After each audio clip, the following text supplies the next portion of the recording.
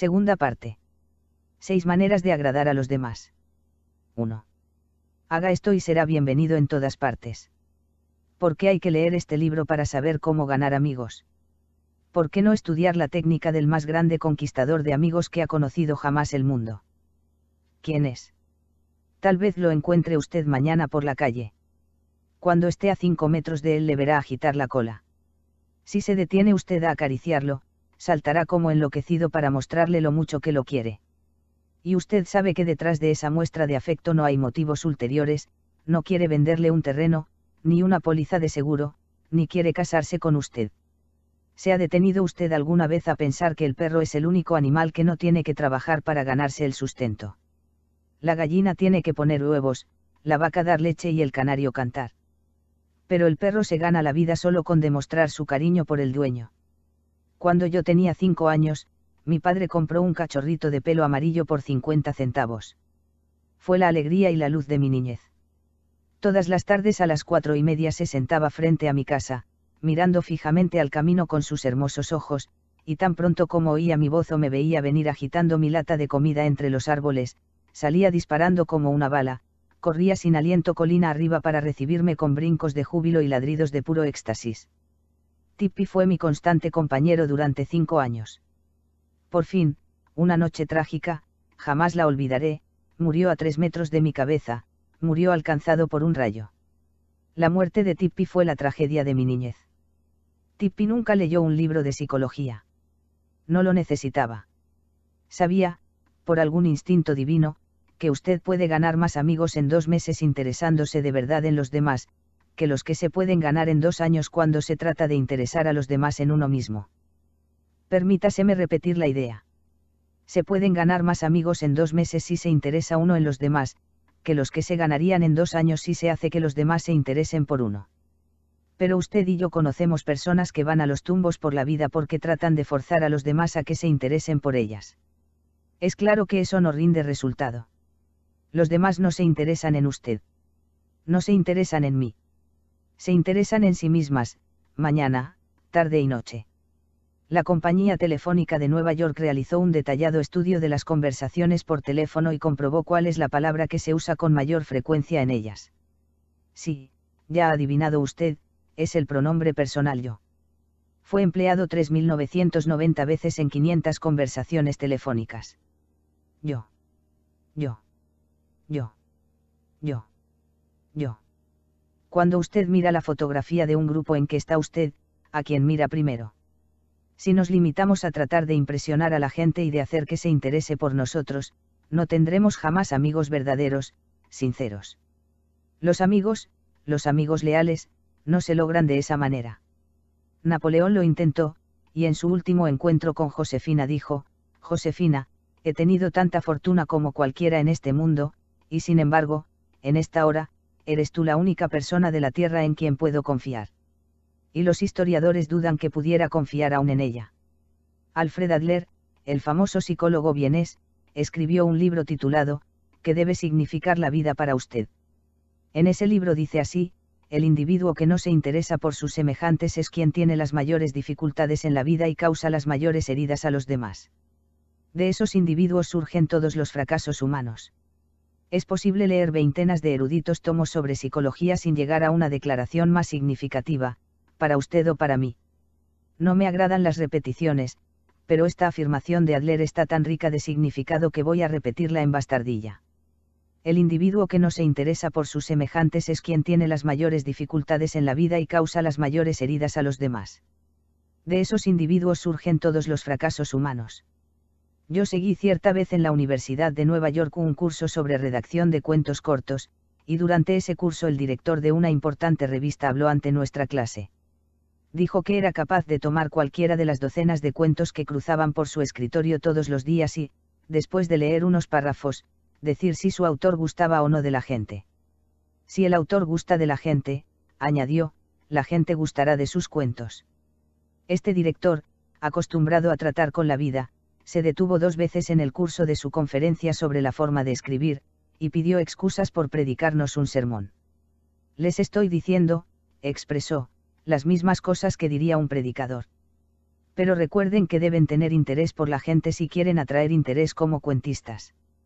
Si así ocurre con los cuentistas, puede tenerse la seguridad de que lo mismo es triplemente cierto en cuanto a las relaciones con la gente.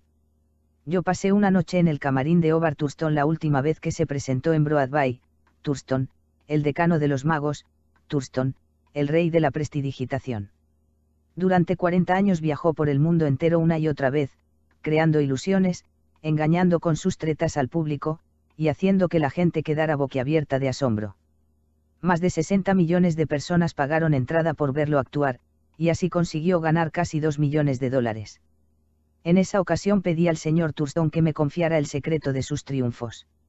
Su instrucción no tenía nada que ver con ellos, porque huyó de su casa siendo niño, fue vagabundo por los caminos, viajó en trenes de carga, durmió en pajares, pidió comida de puerta en puerta, y aprendió a leer gracias a los carteles que desde un vagón de carga veía junto al ferrocarril. Tenía extraordinarios conocimientos como prestidigitador. No, me dijo que se han escrito centenares de libros sobre pruebas de magia, y que muchísimas personas saben tanto como él. Pero Thurston tenía dos cosas de que carecían los demás. Primero, la capacidad necesaria para que su personalidad llegara al otro lado de las candilejas. Conocía la naturaleza humana. Todo lo que hacía, cada gesto, cada entonación de la voz, cada elevación de una ceja había sido cuidadosamente ensayado con anterioridad, y sus actos respondían a una perfecta noción del tiempo. Pero, además, Thurston tenía verdadero interés por el público. Me refirió que muchos prestidigitadores miraban al público y decían para sus adentros, bien, ya tenemos otro montón de tontos, que bien los engañaré. Pero el método de Thurston era del todo diferente. Confesóme que cada vez que entraba al escenario se decía, estoy agradecido a toda esta gente que ha venido a verme. Son ellos quienes me permiten ganarme la vida en forma tan agradable. Por ellos haré esta noche todo lo mejor que pueda. Declaró que jamás se acercaba a las candilejas sin decirse primero, una vez tras otra, adoro a mi público. Adoro a mi público. Ridículo. Absurdo. Tiene usted derecho a pensar lo que quiera. Yo no hago más que repetir, sin comentarios, una receta utilizada por uno de los magos más famosos de todos los tiempos. George Dicke, de North Warren, Pensilvania, se vio obligado a retirarse de su negocio de estación de servicio, después de trabajar en él durante 30 años, cuando se construyó una nueva autopista por el sitio que ocupaba su establecimiento. Al poco tiempo, los días ociosos de un jubilado empezaron a aburrirlo, por lo que trató de ocupar el tiempo tocando en su viejo violín. Pronto empezó a viajar por toda su área, asistiendo a conciertos y visitando a consumados violinistas. En su estilo humilde y amistoso, se interesó por conocer el pasado y las ideas de todos los músicos que conocía. Aunque él mismo no era un gran violinista, hizo muchos amigos en el mundo de la música. Asistió a toda clase de eventos musicales, y los aficionados a la música country de todo el este de los Estados Unidos llegaron a conocerlo como el tío George, el rascador de violín del condado Kinzua. Cuando conocimos al tío George, tenía 72 años y disfrutaba de cada minuto de su vida. Gracias a su interés en otras personas, logró crearse una nueva vida en un momento en que la mayoría de la gente considera terminados sus años productivos. Ese mismo era uno de los secretos de la asombrosa popularidad de Theodore Roosevelt. Hasta sus sirvientes lo adoraban. Su ballet James Amos, escribió acerca de él un libro titulado Theodore Roosevelt, héroe de su ballet. En ese libro narramos este ilustrativo incidente. Mi mujer preguntó una vez al presidente qué era una codorniz. Jamás había visto una, y el presidente se la describió detalladamente. Algún tiempo después sonó el teléfono de nuestra casita. Amos y su esposa vivían en una casita alejada del edificio principal, en la finca que Roosevelt tenía en Oyster Bay. Mi mujer respondió al llamado. Era el señor Roosevelt. Dijo que había llamado para decirle que frente a la ventana había una codorniz, y que si mi mujer se asomaba podría verla. Estas cositas eran características de él. Cada vez que pasaba frente a nuestra casita, aunque no nos viera, le oíamos llamar, Iu, Annie, o Iu, James. ¿Cómo es posible que los empleados no gustaran de un hombre así? ¿Cómo podría dejar de gustar a nadie? Roosevelt fue a la Casa Blanca un día en que su sucesor, el presidente Taft y su esposa no estaban. Su auténtica simpatía por la gente humilde quedó demostrada por el hecho de que saludó uno por uno a todos los sirvientes de la Casa Blanca, hasta los peones de la cocina. Cuando vio a Alice, ayudante de cocina escribe Archibald, le preguntó si todavía hacía pan de maíz. Alice le respondió que a veces lo hacía para el personal de servicio, pero que nadie lo comía entre los amos. Muestran muy mal gusto, repuso Roosevelt, y ya se lo diré al presidente cuando lo vea. Alice le llevó un trozo de pan de maíz, y Roosevelt fue hasta el despacho principal comiendo y saludando a jardineros y criados al pasar. Hablaba con cada uno como lo había hecho en el pasado. Over, que había sido ujier en la Casa Blanca durante 40 años, me dijo con los ojos llenos de lágrimas. Es el único día feliz que hemos tenido en casi 2 años, y ninguno de nosotros lo cambiaría por un billete de $100. El mismo interés por la gente, al parecer sin importancia, ayudó al representante de ventas Edward Majestad Sykes, hijo, de Chatham, Nueva Jersey, a conservar una cuenta. Hace muchos años, nos dijo, visité a clientes de la empresa Johnson & Johnson en el área de Massachusetts. Una cuenta era la de una farmacia en Ingain. Cada vez que iba a este negocio, siempre hablaba con el empleado de refrescos y el del mostrador unos minutos, antes de hablar con el dueño para recibir la orden. Un día el dueño me dijo que no tenía interés en comprar productos de Johnson & Johnson porque consideraba que esta firma estaba concentrando sus actividades en los supermercados, en detrimento de las farmacias chicas como la suya. Salí muy decaído y di vueltas por el pueblo varias horas. Al fin decidí volver a la farmacia y tratar de explicarle nuestra posición al dueño. Cuando volví a entrar, como siempre saludé a los empleados. Al verme el dueño, me sonrió y me dio la bienvenida. Me dio una orden de compras que superaba las suyas habituales. Lo miré, sorprendido, y le pregunté qué había sucedido para hacerle cambiar de opinión, desde mi visita anterior apenas unas horas antes. Me señaló al muchacho que atendía el mostrador de refrescos y dijo que cuando yo había salido antes, este joven había venido a decirle que yo era uno de los pocos vendedores que venían a la farmacia que se molestaba en saludarlo, a él y a los otros empleados. Le dijo al dueño que si había un vendedor que se merecía hacer buenos negocios, era yo. El dueño estuvo de acuerdo, y siguió siendo un buen cliente. Nunca olvidé que un genuino interés en la otra persona es la cualidad más importante que pueda tener un vendedor, o, en realidad, cualquier persona. Por experiencia personal he descubierto que se puede lograr la atención y la cooperación hasta de las personas más ocupadas de los Estados Unidos, si uno se interesa debidamente en ellas. Un ejemplo. Hace años yo dirigía un curso de literatura en el Instituto de Artes y Ciencias de Brooklyn, y quisimos que escritores tan importantes y ocupados como Kathleen Norris, Fanny Hurst, Ida Tarbell, Albert Payson Terune y Rupert Hughes fueran al instituto y nos hicieran conocer sus experiencias. Les escribimos, pues, diciendo que admirábamos sus obras y que nos interesaba profundamente obtener sus consejos y conocer los secretos de sus triunfos. Cada una de estas cartas estaba firmada por unos 150 estudiantes. Decíamos comprender que los destinatarios estaban ocupados, demasiado ocupados para preparar una conferencia. Por ese motivo acompañábamos una lista de preguntas para que las respondieran con referencias acerca de ellos y de sus métodos de trabajo. A todos les gustó la carta. Aquellos escritores famosos dejaron sus tareas y fueron hasta Brooklyn a ayudarnos. Con el mismo método persuadí a Leslie Majestad Shaw, secretario del Tesoro en el gabinete de Theodore Roosevelt, a George W. Bickersham, procurador general en el gabinete de Taft, a William Jennings Bryan, a Franklin D. Roosevelt y a muchos otros hombres prominentes de que acudieran a hablar ante los estudiantes de uno de mis cursos de oratoria.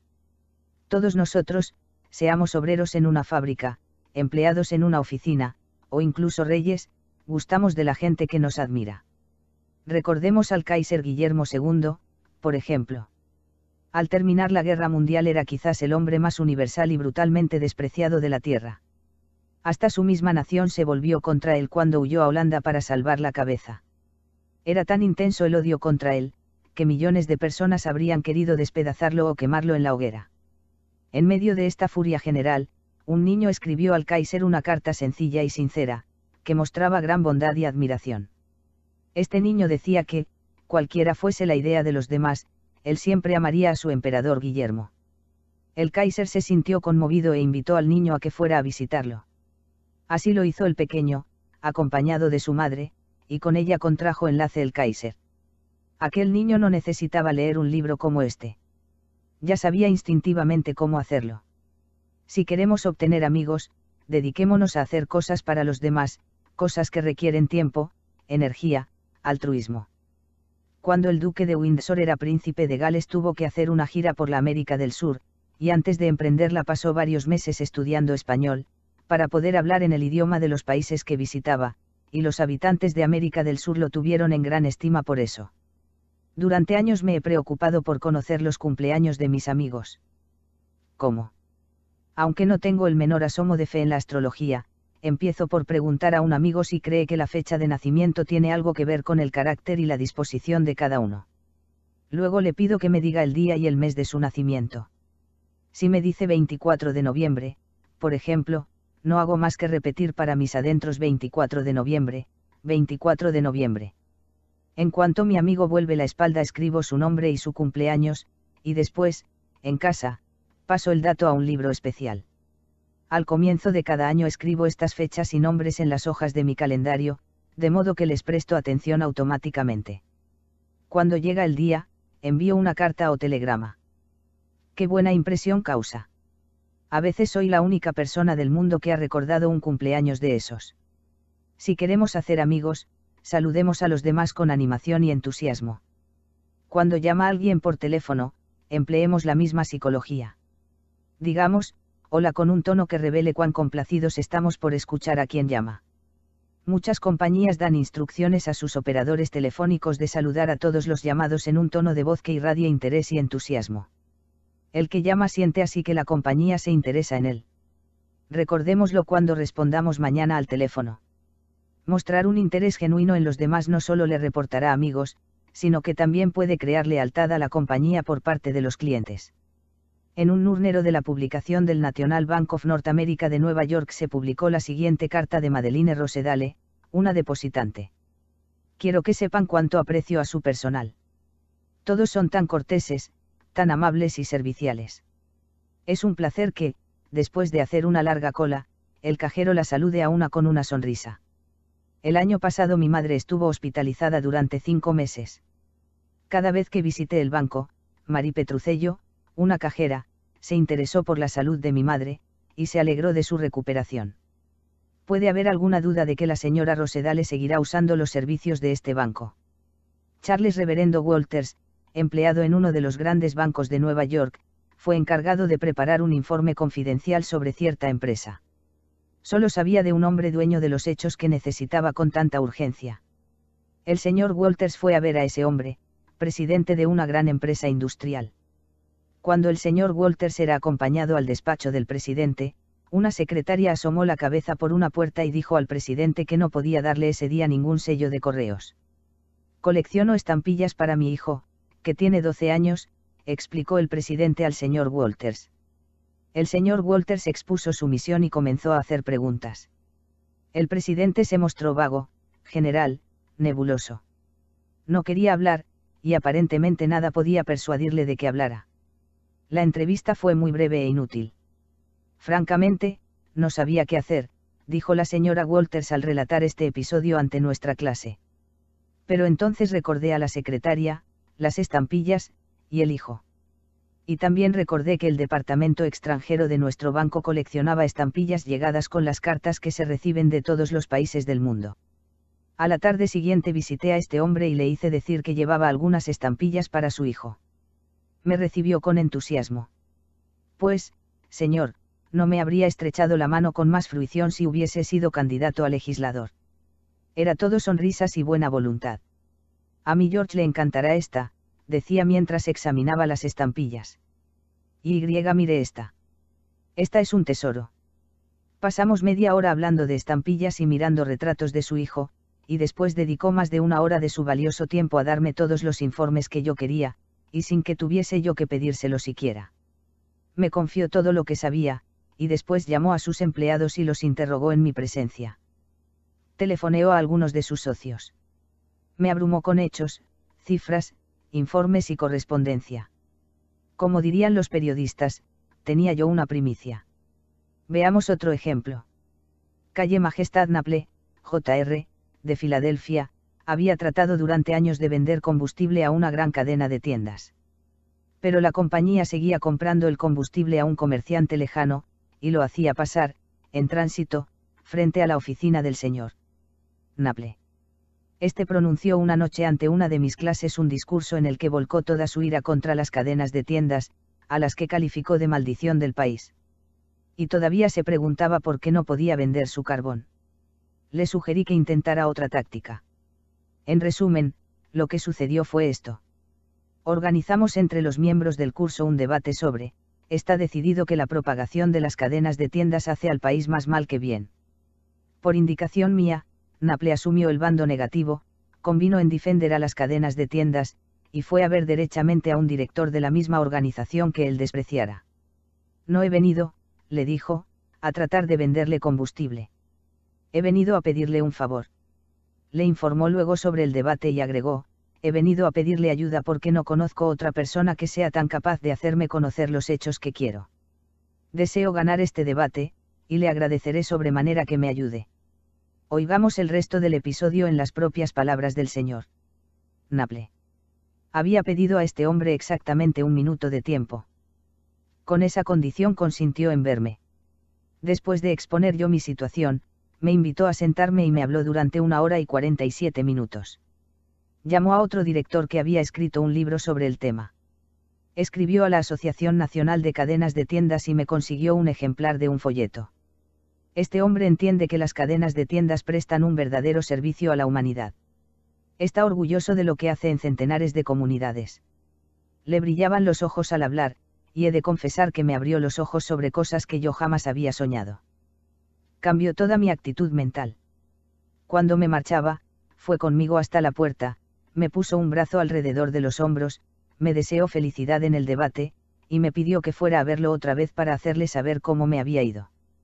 Las últimas palabras que me dirigió fueron: haga el favor de verme dentro de unos días. Me gustaría hacerle un pedido de combustible. Para mí, aquello era casi un milagro. Ofrecía comprarme el combustible sin haberlo mencionado yo siquiera. Conseguí más en 2 horas, interesándome honradamente en él y en sus problemas, que en muchos años de bregar porque se interesara en mí y en mi producto. No ha descubierto usted, señor Naple, una verdad nueva, porque hace mucho tiempo, 100 años antes de que naciera Jesucristo, un famoso poeta romano, Publio Ciro, señaló, nos interesan los demás cuando se interesan por nosotros. El interés, lo mismo que todo lo demás en las relaciones humanas, debe ser sincero. Debe dar dividendos no solo a la persona que muestra el interés, sino también a la que recibe la atención. Es una vía de 2 manos, las 2 partes se benefician. Martin Ginsberg, que siguió nuestro curso en Long Island, Nueva York, nos contó cómo el interés especial que había tomado una enfermera en él había afectado profundamente su vida. Era el Día de Acción de Gracias, y yo tenía 10 años.